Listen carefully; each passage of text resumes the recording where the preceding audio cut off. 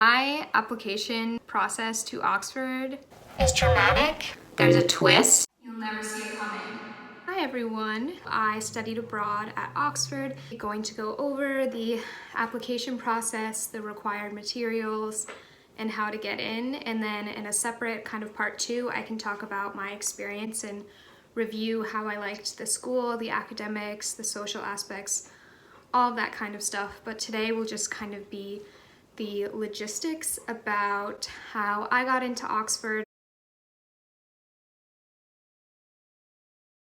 I began the application process the first semester of my sophomore year, so you do have to keep in mind that if you want to go to Oxford and do this program, you need to be forward thinking about it and kind of decide pretty early on. And also just know that it's a fairly extensive application process.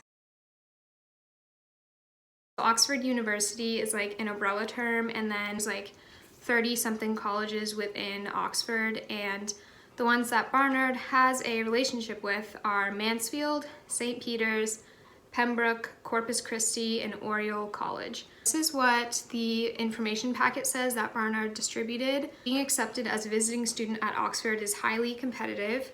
In the past, successful students typically have a GPA of at least 3.7, and extracurriculars are not taken into account. I think Diana mentioned this. It's sort of similar to the way that Cambridge does it, is Barnard nominates students. But it's my understanding that basically if you go through all of the steps and you do what's required, Barnard is not going to not nominate you. In this information packet, it says Barnard students must first submit the application materials to the dean by early December prior to the year that they wish to study abroad. Your application materials include academic achievement at your home institution, the strength of academic references and personal statement, suitability for study at Oxford, and then it says understanding of the tutorial system, and correlation between the course at Oxford and the curriculum at home institution.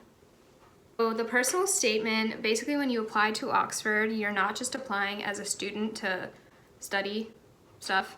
You have to apply as a student who's going to study X, Y, and Z, and you need to make it very explicit and apparent what you want to study. For me, I had just decided I was going to be a philosophy major, so I basically had junior and senior year to fulfill my whole philosophy major. So when I was applying to Oxford, in my personal statement, my focus about what I wanted to study was philosophy and theology. Basically, you just want to say why you're interested in what you're studying and how Oxford will help you fulfill that. In addition to the personal statement, you need a specific essay about why you want to go to the school that you're applying to. So when you apply, you're not just applying to Oxford, you are applying to a school. So I had that personal generic statement, and then I had this specific essay for the school that I wanted to apply to. And then also, this is really interesting, you have to say who you would like to work with down to the literal professor, or they call it tutor there. So you have to say who you want your tutor to be. So I had to research who worked at Mansfield and say, I would love to take this course with this tutor. So you have that personal statement, the essay that is specific to the college that you're applying to, your transcript with all your grades, and then here's what really got me. The letters of rec. I don't know this for sure, but I think my letter of rec was like trash. So this is kind of funny because in my recommendation to juniors for college applications, I stress how important it is to have a relationship with the person you're gonna ask a letter of rec for. They need to know you, they need to write a super good letter of rec.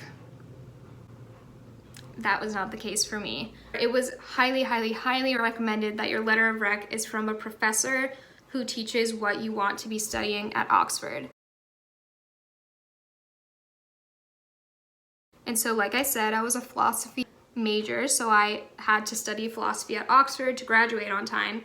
So I need a letter of rec from a philosophy professor. I was a first semester sophomore at the time, and I had only taken one philosophy course. It just wasn't good because now I was in a situation where I only had one option for who I was going to ask my letter of rec to be from, which was this professor at Barnard who taught Intro to Philosophy.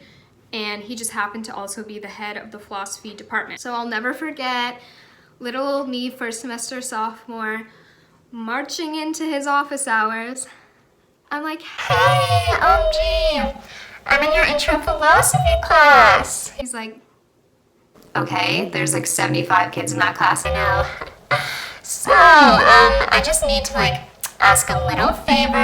I'm applying to study abroad at Oxford University, and I need you to write me a glowing letter of rec."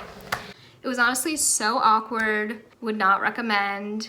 He literally didn't know who I was up until that moment of asking him for a letter of rec for Oxford University. I had some confidence in this letter of rec because I was doing really well in his class and I had gotten an A on the 2 essays that we had taken thus far in the class. And he's like, "Oh, you got A's on those essays? Oh, that was the TA who graded them."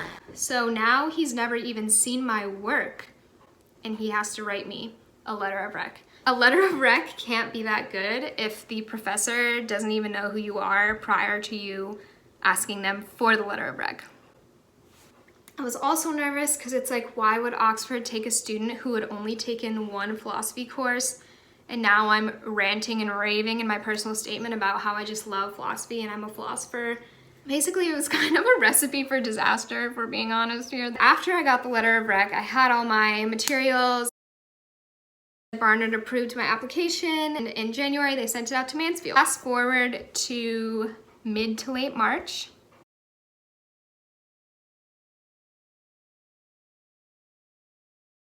I'm in Iceland. The birds are chirping. The sun is shining. I get an email on my phone. The email is dated March 9th, 5:50 p.m. "Dear Ms. Bleep out last name for confidentiality. Thank you for applying to the Mansfield College Visiting Student Program." Program being PROGRAMME, because they're British. "Thank you for your application to the Mansfield College Visiting Student Program. Due to the very high number of well-qualified candidates, we are unable to offer you a place at this time." In all honesty, I was just like, "Okay, yeah, who's surprised?" So then I get this email on March 28th at 12:29 p.m. Here's what the email says. "It has come to my attention that a colleague of mine at Blackfriars Hall still has a few places available, and I'm writing to ask you if you'd like me to send your application to her for consideration." So I'm like, "What the heck is Blackfriars?" But obviously I have nothing to lose at this point. I know I'm not getting into Mansfield, so I'm like, "Heck yeah, send it to anyone. At this point, I will take anything." so she sends it off. I contact the people at this college called Blackfriars. They're like, "Hey, do you want to come here?" and I'm like, "Hey girl, yes." And so I end up going to Blackfriars. Everything ended up fine. I ended up going to Blackfriars, and that is a whole other experience video I can tell you about. It was such an interesting college and interesting situation, and I feel like I have a lot of stuff to say about that, but that will be in the experience video. I hope this was helpful. I hope you enjoyed the dramatic twists and turns. Oh yeah, and I guess I'll throw this in here if anyone is curious. Like Diana said, the way you pay for study abroad is like through Barnard. So you're technically paying Barnard and they're paying Oxford. So your financial aid can still apply. And so I have here my summary of my financial aid. Tuition was $53,000. Room and board was $15,000. Housing was like $4,000 more in Oxford than it was at Barnard. So the total estimated cost was $73,000, and they gave me a grant of $61,000. Hope this was helpful and entertaining. Comment below with any questions or clarification. Also DM us on Instagram. We always answer. Let us know video requests, subscribe, do all of the things. Okay, thanks for watching everybody. See you later.